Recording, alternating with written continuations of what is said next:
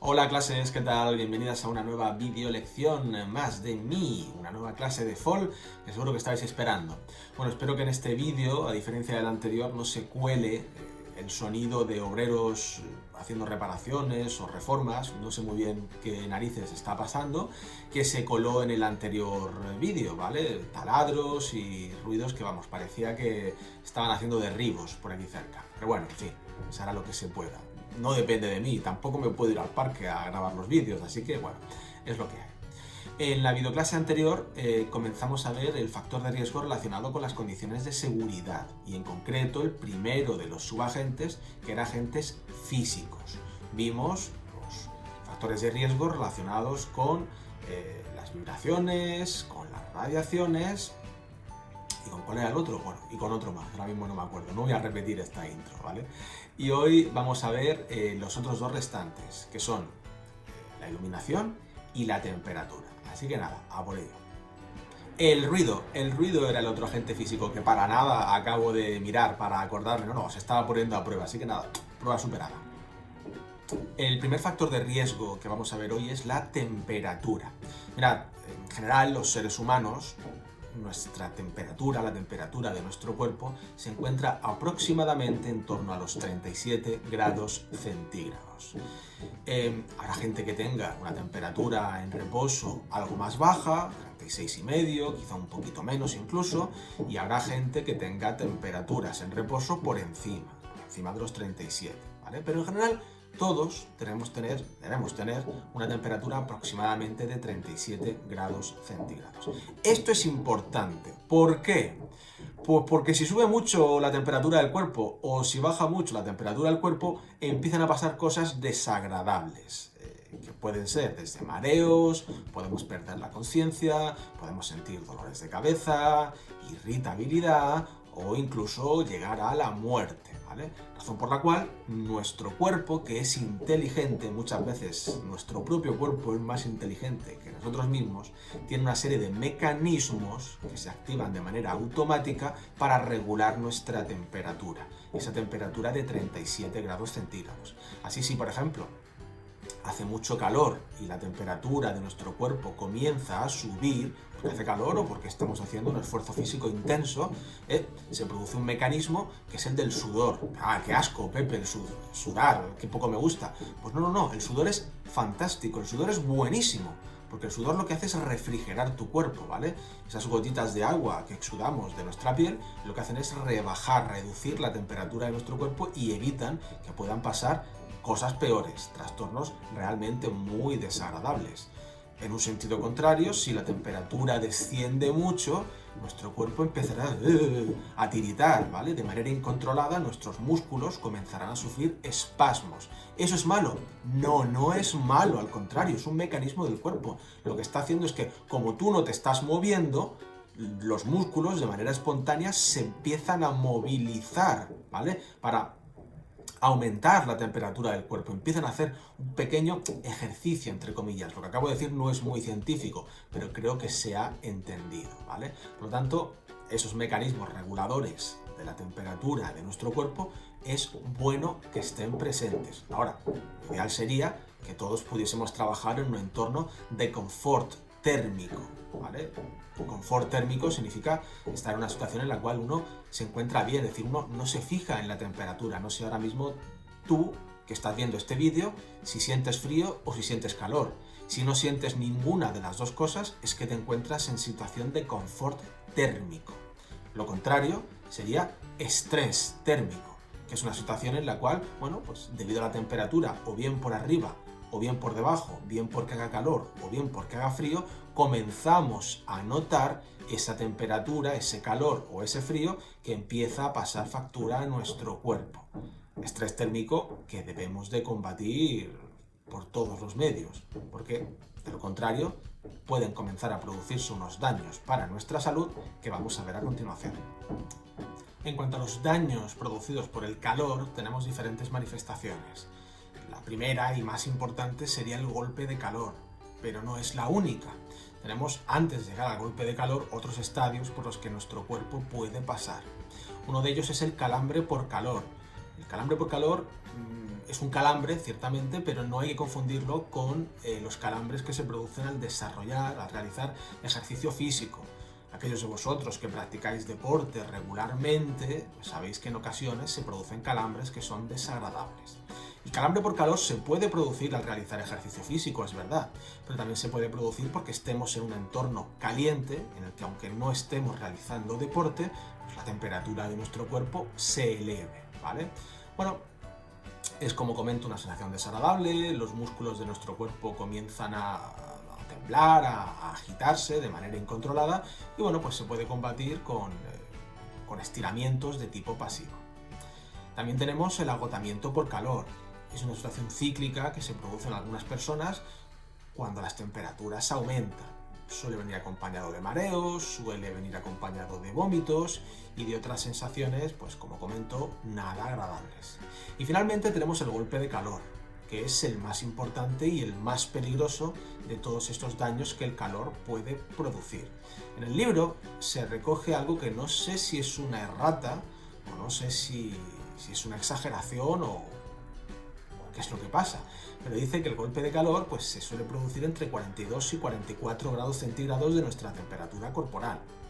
Bueno, esto es una aberración, o sea, es muy exagerado afirmar esto, ¿vale? Los golpes de calor se pueden producir mucho antes, a partir de los 40 grados, incluso en algunas personas un poquito por debajo, ya se pueden producir golpes de calor. Suele venir caracterizado por taquicardias, es decir, que nuestro corazón comienza a palpitar con mucha fuerza, mareos, pérdida de conciencia, sudoración excesiva, etc. Son peligrosos y pueden causar la muerte. A continuación, explicaré qué medidas de prevención podemos adoptar frente a todos estos riesgos, frente a todos estos daños. Calambres por calor, agotamiento por calor y golpes de calor.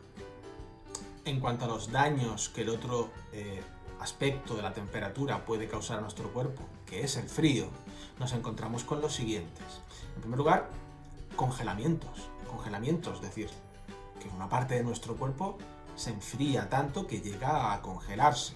Son, por ejemplo, esos montañistas que pues, tienen que hacer noche en alguna zona fría y poco adecuada y se despiertan por la mañana que se les han congelado los dedos de los pies, que incluso se les llegan a caer.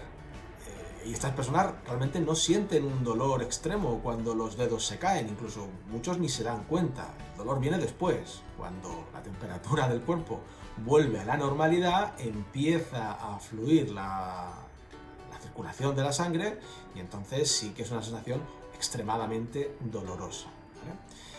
Y otro de los daños, o el otro daño importante relacionado con el frío, es la hipotermia. La hipotermia es una condición que sufre nuestro cuerpo cuando nuestra temperatura corporal desciende por debajo de los 35 grados. Antes he comentado que los 37 grados eran, digamos, una regla general, es la temperatura normal de nuestro cuerpo. De nuevo, ¿uno desarrolla hipotermia cuando está por debajo de 35 grados? Pues igual no necesariamente, ¿vale? A lo mejor incluso con un poquito por encima o un poquito por debajo ya se puede comenzar a desarrollar. Evidentemente, si está muy por debajo, lo normal es que se desarrolle hipotermia, ¿vale? Esta condición está caracterizada por entumecimiento muscular, uno empieza a ver o a sentir cosas raras, puede perder la conciencia. Cuando digo que uno empieza a ver o sentir cosas raras es porque la irrigación al cerebro, es decir, nuestro cerebro empieza a desarrollar una cosa que se denomina hipoxia, que es que el oxígeno no llega adecuadamente al mismo, lo cual hace que, como nuestro cerebro es un órgano increíblemente complejo, se producen fenómenos y situaciones muy extrañas, como que, por ejemplo, alguien ve alucinaciones, ¿vale? Es algo bastante conocido que los montañistas, en situaciones de frío extremo, a veces, de repente ven a su madre fallecida hace 10 años. ¿Cómo es eso posible? ¿Es un fantasma que ha venido a salvarle? No, no es un fantasma, ¿vale? Lo que está sucediendo es que nuestro cerebro nos está jugando malas pasadas debido al frío, ¿vale?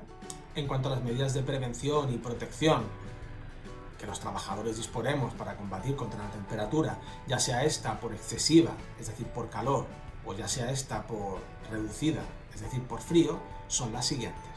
Por lo que respecta al calor, en primer lugar hay que adoptar una ventilación adecuada, ¿vale? Tanto natural como artificial. ¿A qué me refiero con ventilación natural? Pues coger y abrir la ventana. Me refiero a eso. Si estuviésemos ahora, en lugar de cada uno en nuestra casa, estuviésemos en el Instituto Juan Carlos, en el centro, dando clase, sabríamos y notaríamos que las temperaturas ya empiezan a elevarse. En una clase con 30 de vosotros, especialmente a mitad de mayo, ya no os voy a contar en junio, hace calor, hace un calor de pelotas, ¿vale? Razón por la cual hay que abrir la ventana, y no solamente la ventana, sino que también hay que abrir la puerta para que corra un poquito de brisa, porque de lo contrario nos evaporamos ahí dentro, ¿vale? En el caso de que la ventilación natural no sea suficiente, pues hay que adoptar ventilación artificial. Quien tenga suerte de tener un ventilador, que lo utilice, y quien tenga la bendita suerte de tener aire acondicionado, pues que lo emplee, ¿vale? Yo he dado clase en algunos centros en los que había aire acondicionado en algunas aulas. Imaginaos cómo de disputadas estaban. Bueno. También tenemos otras medidas como reducir el tiempo de exposición. Es decir, un trabajador que, por ejemplo, esté trabajando en un horno, no dentro del horno, sacando elementos del horno, ¿verdad? Pues hombre, que rote o que alterne ese trabajo con otros compañeros para no estar él comiéndose el calor del horno durante toda la jornada laboral. En tercer lugar, tenemos por parte del empresario la obligación de cumplir unas temperaturas mínimas, ¿vale? Mínimas y máximas que la ley establece. Vamos a ver, con respecto a esto, en algunos lugares la temperatura se puede regular, por ejemplo en una oficina.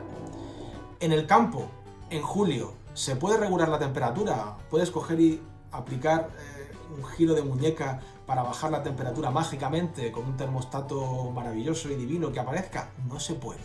Pero en una oficina sí que se puede hacer, ¿vale? Por eso se establece que en las oficinas, por ley, en trabajos que tengan un carácter sedentario, es decir, los que uno no se mueva demasiado, las temperaturas tienen que estar entre 17 grados como mínimo y 27 grados como máximo. Eso en el caso de que el trabajo fuese sedentario.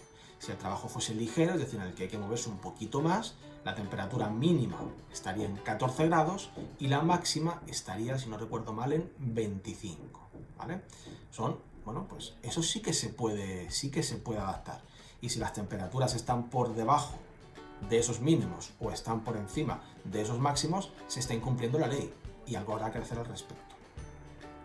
Finalmente, como última medida de prevención frente al calor, tenemos llevar una ropa adecuada, ¿vale? No digo tampoco ir semidesnudo, pero llevar una ropa ligera, llevar ropa fresca, ir en manga corta, etc. Y además hidratarse adecuadamente, a ser posible con bebidas que puedan reponer nuestros electrolitos, y adecuarse además e hidratarse además frecuentemente. En cuanto a las medidas de prevención y protección frente al frío, son muy similares a las que acabo de indicar, solo que en sentido contrario. Hay que reducir el tiempo de exposición al frío. Por ejemplo, personas que trabajan en cámaras frigoríficas, en supermercados o en centros comerciales, no pueden estar todo el rato en la cámara frigorífica, sino que tienen que estar turnándose. Con respecto a lo de las cámaras frigoríficas, por cierto, comento una cosa. Es importante que los trabajadores vayan por parejas, o que cuando uno va a la cámara frigorífica, otro trabajador sepa que su compañero ha entrado en la cámara. No vaya a ser que la cámara se cierre y ahí, pues tengamos 80 kilos más de carne congelada, ¿vale? Bueno, también hay que llevar ropa adecuada, guantes, abrigos, en función del tipo de trabajo que se esté llevando a cabo. Hay que aislar térmicamente, en la medida de lo posible, los lugares de trabajo para que no entre el frío de la calle. Y fundamentalmente estas serían las medidas para prevenir y para protegernos del frío. El segundo de los factores de riesgo que vamos a ver hoy es la iluminación. ¿Puede la iluminación ser un factor de riesgo? Desde luego, ¿por qué no? Una iluminación inadecuada, por ser deficiente, por ser escasa, puede ocasionar accidentes. Imaginad, por ejemplo, en los pasillos de una oficina que no estén adecuadamente iluminados, pues alguien puede tropezar y hacerse daño. Lo mismo puede suceder en el extremo opuesto. Imaginemos, por ejemplo, una iluminación excesiva, luces demasiado potentes que nos cieguen, que nos deslumbren. También puede ocasionar que nos tropecemos. Pensad también en carretera, cuando algún listo, ¿vale?, se deja las luces largas puestas y eso nos deslumbra, pudiendo en algún caso incluso llegar a causar accidentes.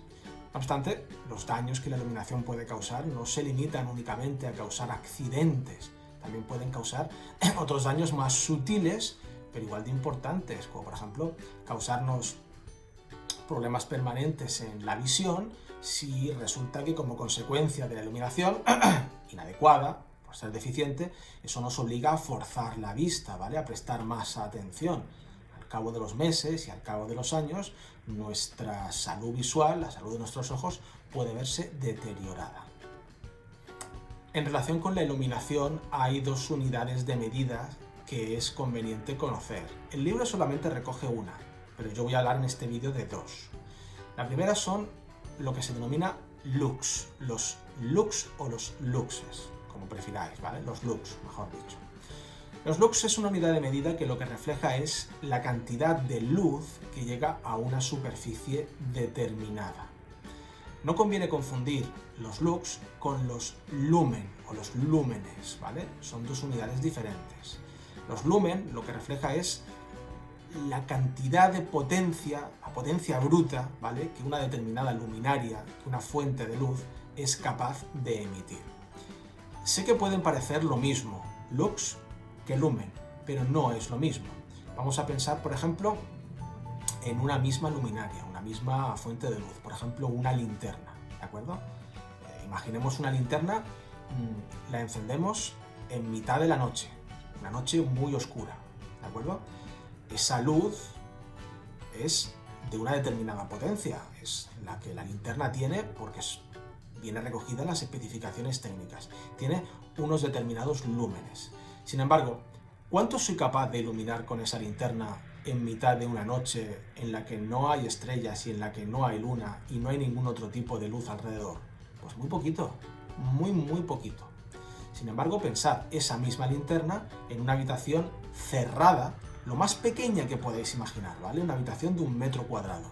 Esa linterna es capaz de iluminar prácticamente toda la habitación. Esa es la diferencia entre lúmenes y lux. Con una misma potencia luminosa, lúmenes, la linterna en el primer caso apenas puede iluminar nada, mientras que en el segundo caso prácticamente lo puede iluminar todo, porque la luz llega, se expande, ¿vale?, por toda esa pequeña habitación oscura que hemos comentado. En el primer caso, la potencia luminosa serían los lúmenes, mientras que en el segundo caso, la luz que llega a una determinada superficie serían los lux. Finalmente, y para terminar con la videoclase de hoy, vamos a ver las medidas de prevención y de protección frente a los daños que la iluminación, mala iluminación, puede causar. En primer lugar, se debe de optar, siempre que esto sea posible, por una iluminación natural frente a una iluminación artificial. La iluminación natural es la iluminación del sol, es decir, tener un lugar, un espacio de trabajo lo suficientemente bien iluminado, con claraboyas, con ventanas, o simplemente abriendo la puerta para que entre un poquito de luz solar, ¿vale? No solamente que la luz solar sea más barata, más económica que la luz artificial, es que además desde un punto de vista psicológico es más sana. Las luces de bombilla, o las luces de flexos, o las luces de tubos fluorescentes, además de no aportarnos la energía del sol, tienen un factor diferencial, y es que hay un componente anímico en el hecho de estar trabajando en un lugar cerrado con luz artificial, que en general suele ser más desagradable que hacerlo con luz natural. En segundo lugar, se debe de disponer en los lugares de trabajo de una iluminación general, así como de otra iluminación localizada si esta fuese necesaria. ¿En qué consiste esto? Bueno, la iluminación general, pensad por ejemplo en una gran nave, en un local de oficinas, ¿vale? Mejor dicho, en un local de oficinas, en el cual hay una serie de luminarias, una serie de fuentes de luz en el techo de todo el local de oficinas, pues repartidas de manera homogénea a lo largo del espacio de trabajo. Bien, eso es iluminación general. Pero luego además, en cada lugar, en cada cubículo, en cada mesa de trabajo, los trabajadores pueden tener su propia luz particular, su propio flexo, que se complemente con la iluminación general para darle ese empuje, esa iluminación adicional necesaria para poder trabajar en mejores condiciones. En tercer lugar, hay que evitar los deslumbramientos y los contrastes excesivos. Y en cuarto lugar, se tiene que cumplir con la normativa mínima en términos de iluminación. En las oficinas, más que en oficinas, en lugares de trabajo en general, en España, la normativa exige que si un lugar tiene exigencias visuales bajas, como por ejemplo un almacén, como por ejemplo un pasillo, la iluminación de ese lugar sea de al menos de 100 lux, que es una cantidad muy pequeña. Si es un entorno de trabajo con exigencias visuales medias, pues la iluminación tendrá que ser al menos de 300 lux. Si es un lugar con exigencias visuales altas, de 500 lux. Y si es un lugar con exigencias visuales muy altas, la iluminación deberá de ser de al menos 1000 lux, como sucede por ejemplo en trabajos de precisión, al trabajar con elementos mecánicos pequeños. Pensad por ejemplo en la iluminación que tiene que tener un hospital en una mesa de trabajo, en un quirófano, ¿vale? Evidentemente ahí los cirujanos tienen que ver con toda la luz necesaria disponible, ¿vale? Para poder trabajar con precisión. Curiosamente, algunos de los mayores expertos en materia de iluminación son personas que cultivan sus sustancias estupefacientes, como la marihuana, por ejemplo, ¿vale? Yo en su día, cuando me formaba, para conocer más acerca de la iluminación, los luxes y los lúmenes, algunos de los vídeos más currados y más profesionales que encontraba eran de personas que demostraban cómo tal campana de luz o cómo tal herramienta o máquina funcionaba mejor o peor. ¿Por qué? Pues porque para poder cultivar esas sustancias, esas plantas, esa vegetación suya, necesitan mucha luz, ¿vale? Y bueno, hay por ahí por la red algunos vídeos circulando donde gente con aspecto muy peculiar, ¿vale? Muy pintoresco, te enseñan cómo escoger la mejor bombilla o la mejor linterna para poder hacer esas labores de jardinería tan alternativas. Y bueno, pues ya está, con esto doy por finalizada la videoclase de hoy. Espero que os haya sido lo menos dolorosa posible. Como siempre, dudas, aportaciones, sugerencias las podéis hacer llegar a través de Edmodo o a través del correo electrónico. A lo largo de esta semana algunos me habéis preguntado que qué mierdas era esa pregunta de un número secreto o algo así. Bueno, jaja, la gente no se mira los vídeos, evidentemente, porque si alguien se ve los vídeos, se habrá dado cuenta que en uno de ellos, hablando directamente a cámara, ¿vale? Y repitiéndolo 2 veces, dije, el número secreto es X, y lo preguntaré en el siguiente cuestionario. Así que aquellos que no me habéis respondido correctamente lo del número secreto, pues, ¿vale? Así que por favor, ved los vídeos, que yo no voy a hacer carrera de youtuber, ¿vale? Cuando esto se termine, dejaré de grabar vídeos y seguramente borraré todos estos. Por favor, sed responsables, ved los vídeos, aguantad las gracias sin quedar bien. Pero tenéis que verlo, porque es el equivalente a la asistencia a clase y, hombre, pues está feo no verlos, ¿vale? Sobre todo por el esfuerzo que se aplica a hacerlos y el esfuerzo que aplican, superior, ¿vale? Vuestros compañeros a verlos. Así que nada, nos vemos en la siguiente videoclase. Hasta luego.